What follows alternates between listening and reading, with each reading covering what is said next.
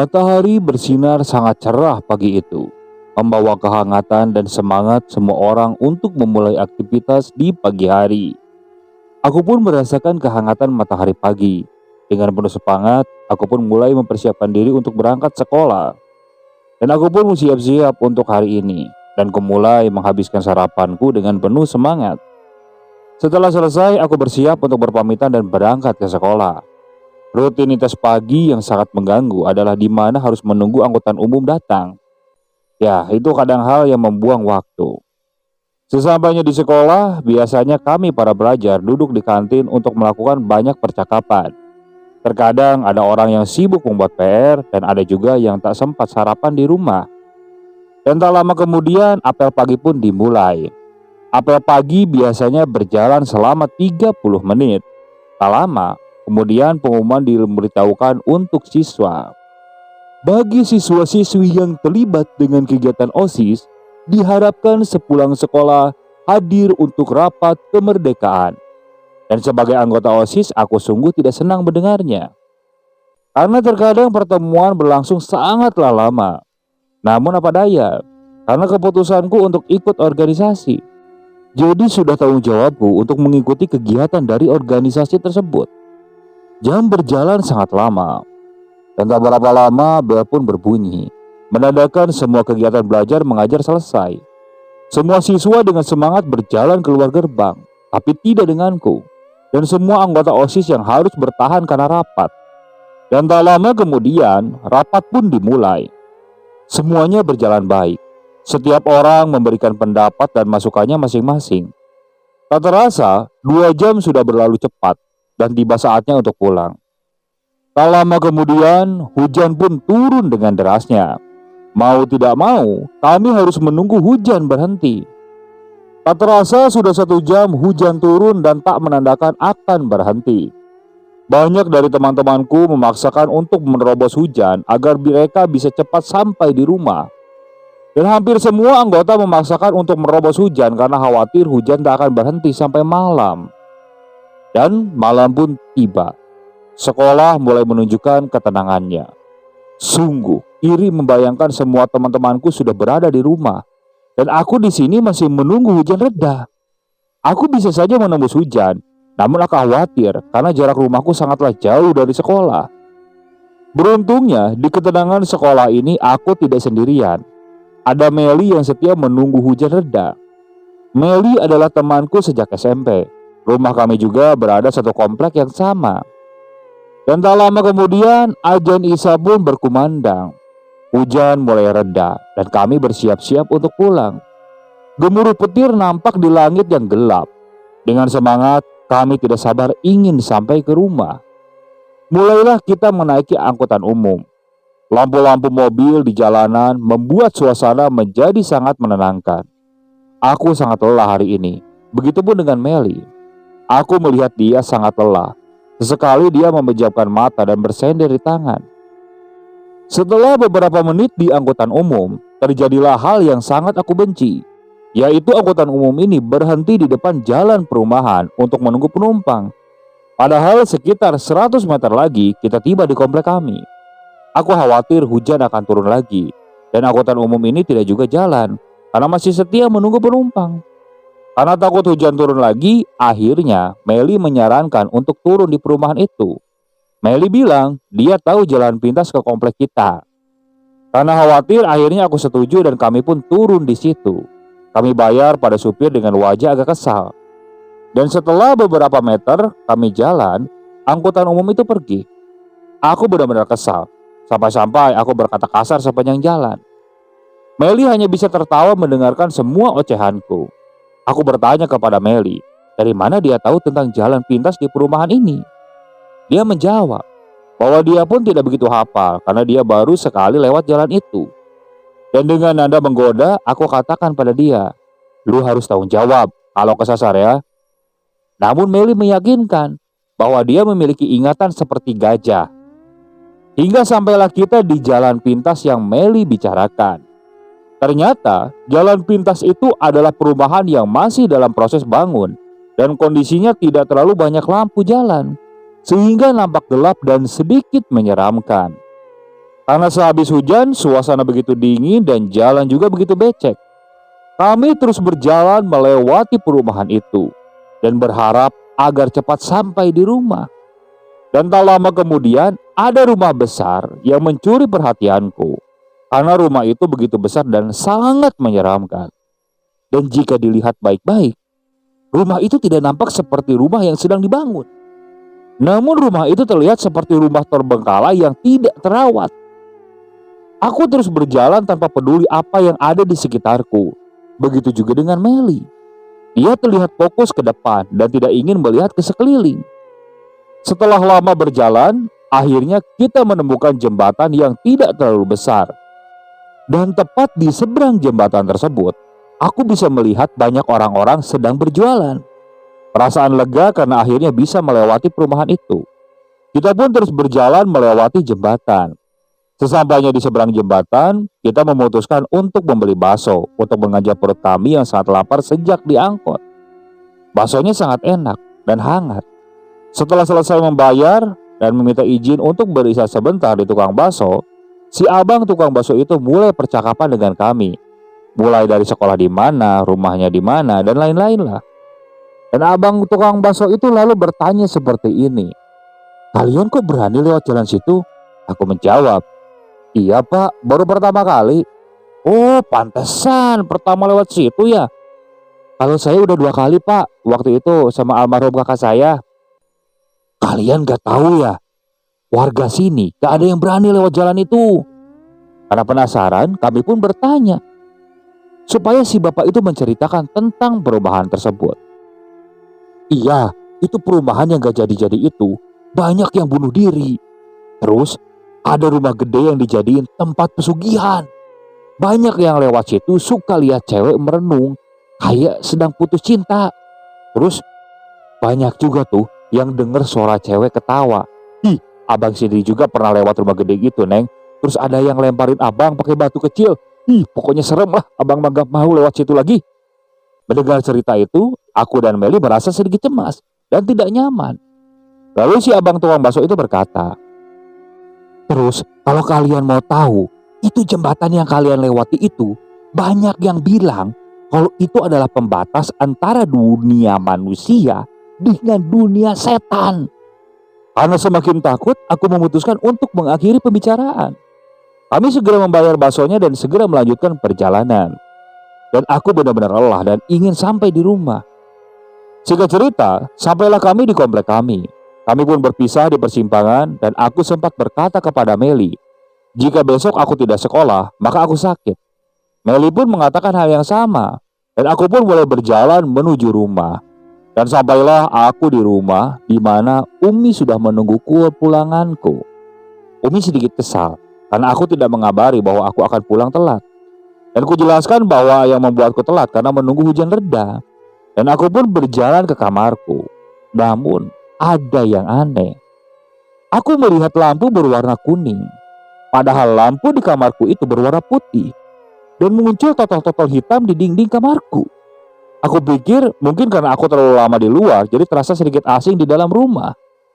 Aku merasa aneh saat berada di dalam rumahku. Pundakku terasa berat, pegal. Di situ aku berjalan ke ruang tamu. Dan terasa sama seperti yang aku rasakan di kamar. Akhirnya aku memutuskan untuk tidur. Karena aku pikir dengan tidur akan mengembalikan keadaanku. Dan keanehan pun kembali terjadi. Aku terbangun, tapi aku tak tahu pasti jam berapa. Namun totol-totol di dinding kamarku semuanya bergerak ke arah langit-langit. Mereka bergerak mengelilingi lampu. Tak lama kemudian, ada seseorang yang datang. Dia membawa daun pisang dan menyuruhku membuat baju dari daun pisang tersebut. Aku tak merasa aneh karena aku pikir aku sedang bermimpi. Orang itu menunggu aku membuat baju dari daun pisang. Namun aku tidak tahu bagaimana caranya. Lalu aku bertanya tentang totol-totol di langit. Mereka mengacuhkanku. Dan saat aku sadar, aku dalam terbangun dan keadaanku sedang duduk. Dan aku sadar, ini bukan mimpi. Lalu dengan cepat aku berlari keluar ke ruangan tamu. Dan di sana aku lihat abahku yang biasa tidur di ruangan tamu. Dengan jantung berdebar, aku pikir, yang tadi mungkin mimpi atau nyata. Tapi kalau misalnya mimpi, mengapa aku dalam posisi duduk saat aku terbangun? Lalu azan subuh pun berkumandang. Saat ingin melakukan sholat subuh, badanku sangat lemas dan pusing sekali. Saat Umi memegang kepalaku, dia tahu bahwa aku tidak sehat. Dan akhirnya Umi menyuruhku untuk tidak sekolah. Umi menitipkan surat pada Meli dengan keterangan sakit. Umi memberi obat untukku dan menyuruhku untuk istirahat total hari ini. Tidurlah aku setelah minum obat. Setelah itu, Umi bilang kepadaku bahwa Umi harus mengantar adikku pergi ke sekolah dan akan pulang pada pukul 12 siang. Tinggallah aku berdua dengan abahku yang masih tertidur. Saat aku ingin tidur, aku mulai memejamkan mata dan abah datang ke kamar. Ia memegang kepalaku dengan mata tertutup. Aku berkata, "Udah atuh bah, tangan abah dingin." Dia menyentuhku lagi dengan nada sedikit tinggi. Aku bilang, "Kalau dipegang terus, mana bisa tidur abah?" Lalu sepertinya abahku keluar dari kamar dan aku coba untuk tidur. Tak lama kemudian, Umi meneleponku dan menyuruhku untuk membangunkan abah karena sudah pukul 10. Nah, katanya abah itu harus berangkat ke Jakarta. Lalu aku bilang bahwa abah sudah bangun dari tadi. Lalu aku coba untuk tidur kembali. Akhirnya aku tertidur selama beberapa jam. Saat aku bangun, tak lama Umi pulang dan abah berbicara dengan nada agak keras dan kesal karena tidak ada yang membangunkannya, sehingga abah telat bangun dan gagal pergi ke Jakarta. Umi memberitahu abah bahwa Umi sudah menyuruhku untuk membangunkan abah. Namun abah bilang bahwa tak ada yang membangunkannya. Dan di situ Umi menyalahkanku. Aku pun tidak tinggal diam. Aku bilang pada abah, kenapa pas abah tidur tadi, aku tahu abah bangun, terus abah ke kamar.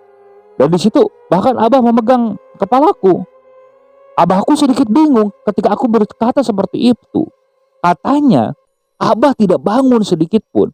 Sampai-sampai sholat subuh saja terlewat. Umi tidak percaya pada abah. Dan hingga akhirnya kami semua kebingungan. Abah bersumpah dengan nama Tuhan kalau dia tidak bangun dari semalam. Lalu, siapa yang memegang kepalaku tadi pagi? Padahal di rumah hanya ada aku dan abah. Aku merasa sangat aneh. Namun aku beranggapan bahwa abah hanya membela diri saja. Tapi apa mungkin abah berbohong sampai-sampai membawa nama Tuhan? Dan aku memutuskan untuk tidak memikirkan hal itu.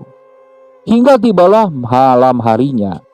Saat masuk waktu maghrib, badanku menggigil dengan tiba-tiba. Lalu demamku kembali. Sekujur badanku kembali panas. Umi bilang bahwa aku hanya kelelahan dan harus pergi ke dokter besok. Aku memutuskan untuk tidur di ruang tamu karena ada TV untuk menemaniku. Lalu aku pun mulai memejamkan mata dan tidur. Dan saat aku terbangun, pandanganku terfokus ke kamarku. Karena kamarku sangat dekat dengan ruangan tamu. Dan kulihat jam menunjukkan pukul 11 lebih 24 malam. Lalu aku melihat adikku di kamarku. Dia membelakangiku dan mencari sesuatu di lemari.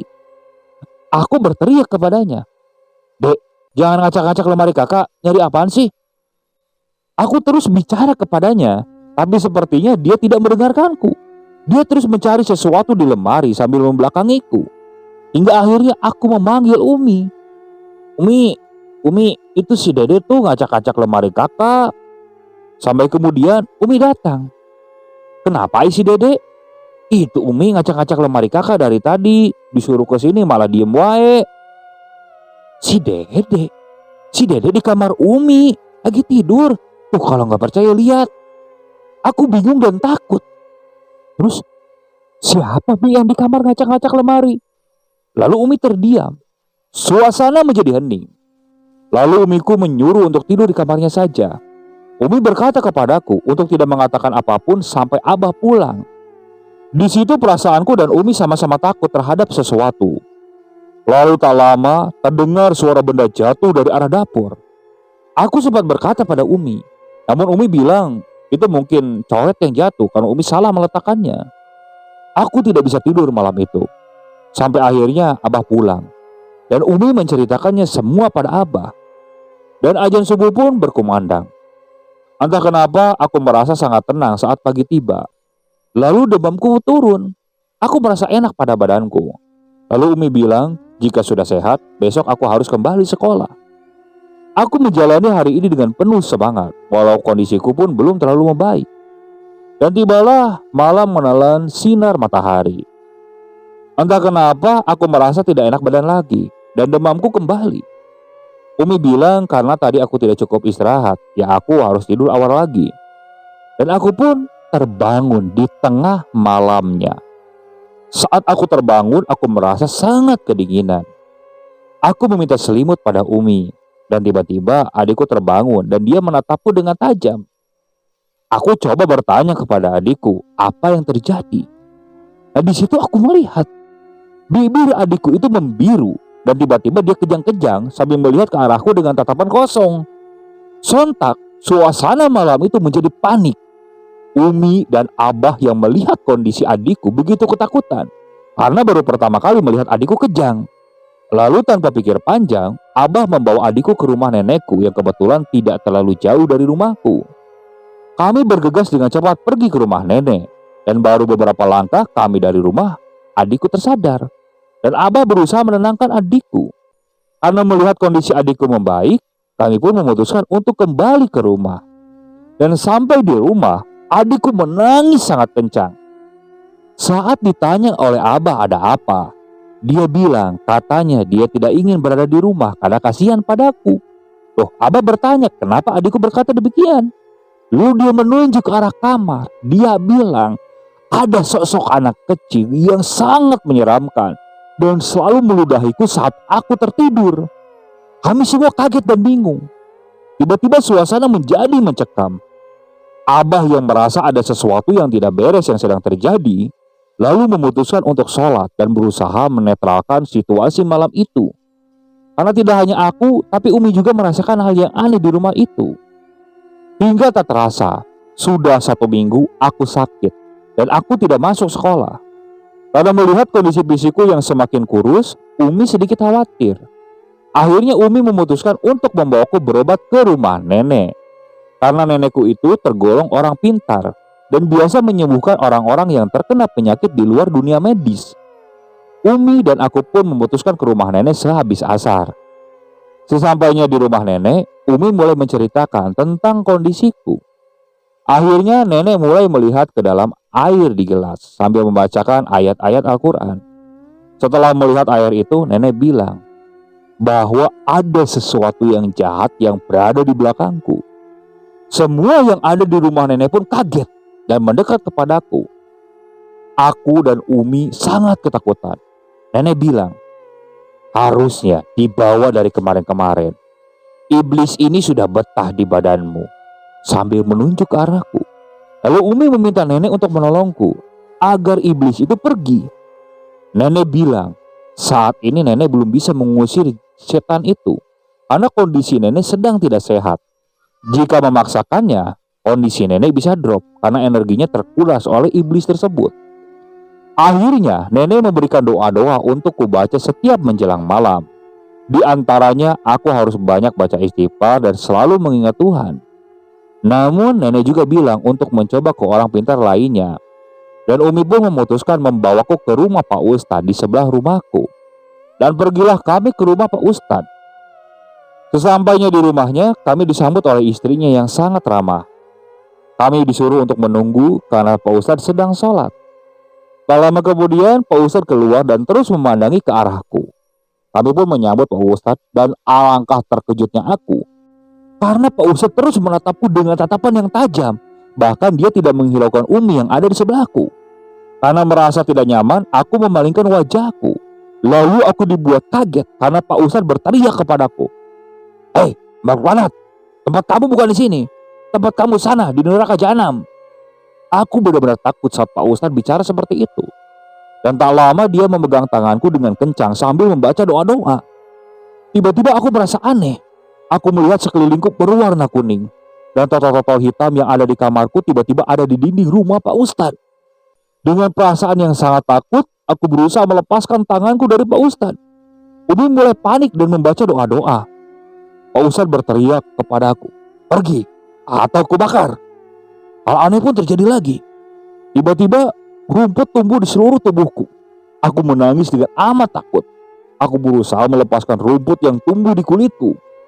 Pak Ustadz kembali berteriak, "Jangan percaya tipu daya iblis. Kalau kamu mau bebas, lawan rasa takut itu. Itu tidak nyata." Akhirnya sambil menangis, aku menutup mataku sambil mendengar lantunan doa dari Pak Ustadz dan umiku. Tiba-tiba, suasana menjadi hening dan aku mencoba membuka mata. Alangkah kagetnya saat aku membuka mata, aku berada di hutan. Aku mulai menangis. Aku benar-benar ketakutan mengapa aku berada di hutan. Dengan rasa takut, aku mulai berlari mencari jalan keluar. Lalu sampailah aku di sebuah danau. Di danau itulah aku bisa melihat pantulan cahaya matahari. Namun saat aku melihat ke arah langit, di sana hanya ada bulan. Bulan yang berwarna merah dikelilingi oleh awan hitam. Tak lama kemudian, sayup-sayup terdengar suara yang memanggilku. Dia bilang aku harus masuk ke danau itu agar aku bisa kembali ke duniaku. Aku merasa takut, dan saat aku melihat pantulan bayanganku di air, ada sesuatu yang menutupi wajahku. Tanpa pikir panjang, aku berlari ke arah danau. Tak lama kemudian, ada suara orang bersiul di belakangku. Saat aku menoleh ke belakang, tampak ada sosok manusia kerdil berwarna hitam melihat ke arahku. Aku pun terus berjalan ke danau dan tiba-tiba aku masuk ke dalam airnya. Rasanya sangat tenang. Dan tak lama aku pun melihat cahaya. Saat ku sentuh cahaya itu, aku pun langsung tertidur. Tak lama kemudian aku membuka mataku. Ternyata aku tertidur di sofa milik Pak Ustadz. Umi berada di sebelahku dan bilang bahwa kami harus menunggu Pak Ustadz. Aku sedikit bingung, mengapa Pak Ustadz sholat lagi? Dan Umi terlihat tenang seperti tidak terjadi hal yang aneh.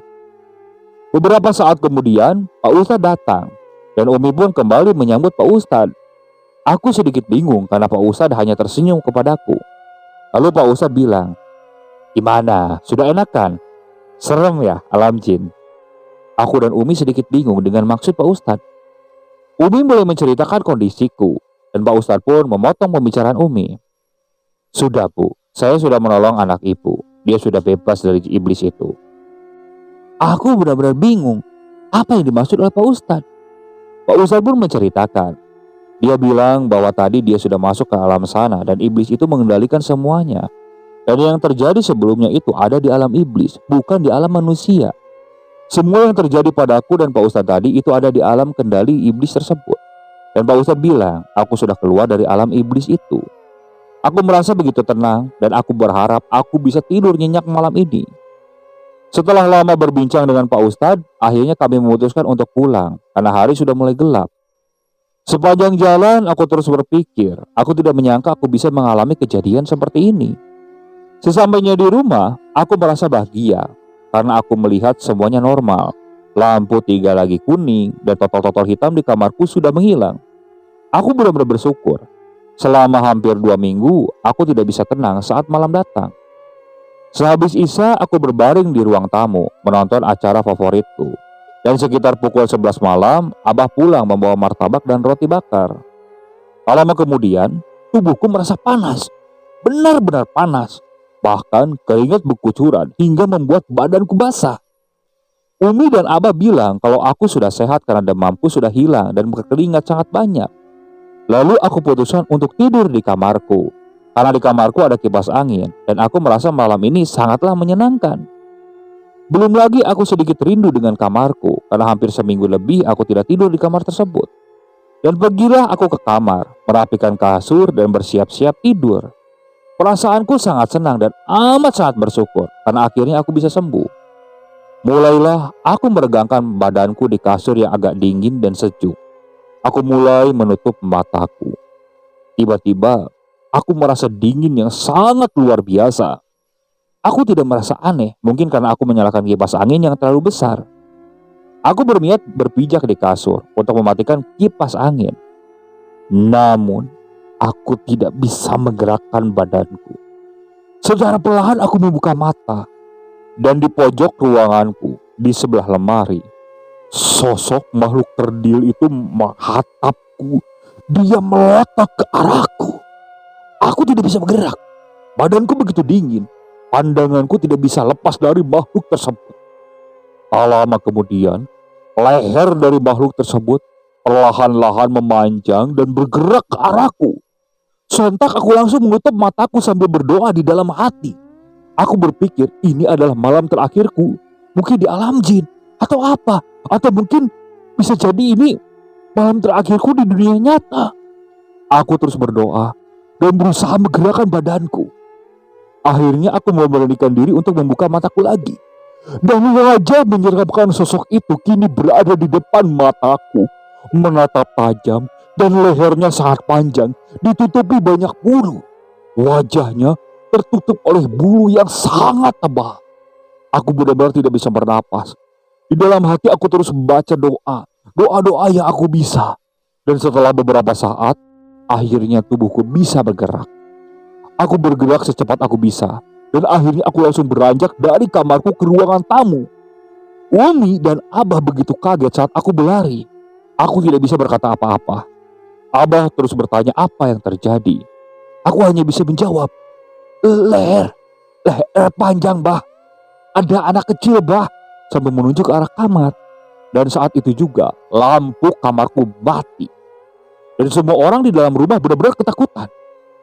Akhirnya malam itu sekitar pukul 12 malam, Abah memutuskan membawa kita ke rumah nenek. Berjalanlah kita meninggalkan rumah. Dan di sepanjang perjalanan, aku banyak melihat orang melihat ke arahku. Namun anehnya mereka tidak memiliki wajah sama sekali. Saat aku menyadari itu, aku hanya bisa menutup mata. Tak lama kemudian, sampailah kami di rumah nenek. Semua orang di rumah nenek begitu kaget saat kami datang di tengah malam. Dan mulailah Abah menceritakan yang terjadi padaku. Dan hal aneh pun terjadi lagi. Tiba-tiba, listrik di rumah nenekku mati. Nenek berteriak di dalam kegelapan. Kamu mau main-main sama aku, ha? Mau aku bakar? Suasana pun menjadi menyeramkan. Bibiku berusaha menyalakan lilin, namun nenek melarang. Jangan nyalakan lilin. Aku mau ngobrol dulu tuh sama si setannya. Karena nenek berkata seperti itu, kami semua yang ada di situ benar-benar ketakutan. Tiba-tiba terdengar lantunan ayat suci keluar dari mulut kami. Aku merasakan semua keluargaku memelukku. Tak lama kemudian, nenek berbicara pada sesuatu. Kamu mau apa dari cucuku, ha? Kami tak tahu nenek berbicara dengan siapa. Kemudian, nenek mulai melantunkan ayat-ayat suci Al-Quran. Tak lama kemudian, dalam suasana yang amat gelap, ada sesuatu yang dingin memegang tanganku. Nenek bilang jangan takut. Dan lampu pun kembali menyala. Saat menyala, alangkah terkejutnya aku bahwa hanya ada aku dan nenek di ruangan itu. Sedangkan yang lainnya tidur di sekitar kami. Lalu siapa yang memelukku dalam kegelapan tadi? Dan nenek pun menyuruhku untuk tidur. Nenek bilang semua sudah berakhir. Dia hanya ingin mengembalikan energi hidupku. Dan sekarang dia sudah kembali ke tempatnya. Dan pagi hari pun tiba. Abah dan Umi begitu khawatir denganku. Namun nenek memberitahuku bahwa aku sudah aman. Dan aku pun merasa benar-benar sehat. Dan setelah itu sebelum aku pulang dari rumah nenek, nenek memberitahuku bahwa aku harus melakukan sesuatu agar iblis itu tidak datang kembali padaku. Aku pun bertanya kepadanya, bagaimana caranya, Nek? Ambil bajumu yang udah gak kepakai. Terus buang di jembatan yang pernah kamu lewati sebelum sakit. Aku sedikit bingung, karena aku tidak pernah bercerita tentang jembatan pada nenek. Namun nenek bisa tahu. Dan 2 hari kemudian, aku sudah bisa sekolah dan kembali beraktivitas. Aku bertemu dengan Meli dan aku menceritakan apa yang terjadi padaku saat aku sakit. Dan saat aku mulai menceritakan sosok yang aku lihat, Meli terlihat kaget dan menyuruhku untuk berhenti. Sepulang sekolah, aku pulang ke rumah dan meminta Meli untuk mengantarku ke jembatan itu untuk membuang baju bekasku di sana. Saat sampai di situ, aku mulai melakukan yang nenek suruh untuk membuang bajuku di tepi jembatan. Baju itu lalu tenggelam dimakan air sungai yang tidak terlalu besar. Dan semuanya kembali normal. Aku menjalani hidupku seperti biasanya. Namun trauma yang aku alami membuatku tak berani tidur sendirian. Aku takut saat tidur sendirian. Aku takut ada sesuatu yang mengawasiku di pojok ruangan. Oke, sekian untuk cerita kali ini. Saya mohon maaf apabila masih banyak kekurangan dalam pembawaan ceritanya. Saya ucapkan banyak terima kasih kepada para penonton yang benar-benar setia mengikuti cerita dari channel Keramat Horor ini. Semoga kalian selalu diberikan kesehatan, dilancarkan rezekinya, dan dijauhkan dari musibah. Terus ikuti cerita-cerita yang dibawakan oleh channel Keramat Horor ini. Assalamualaikum warahmatullahi wabarakatuh.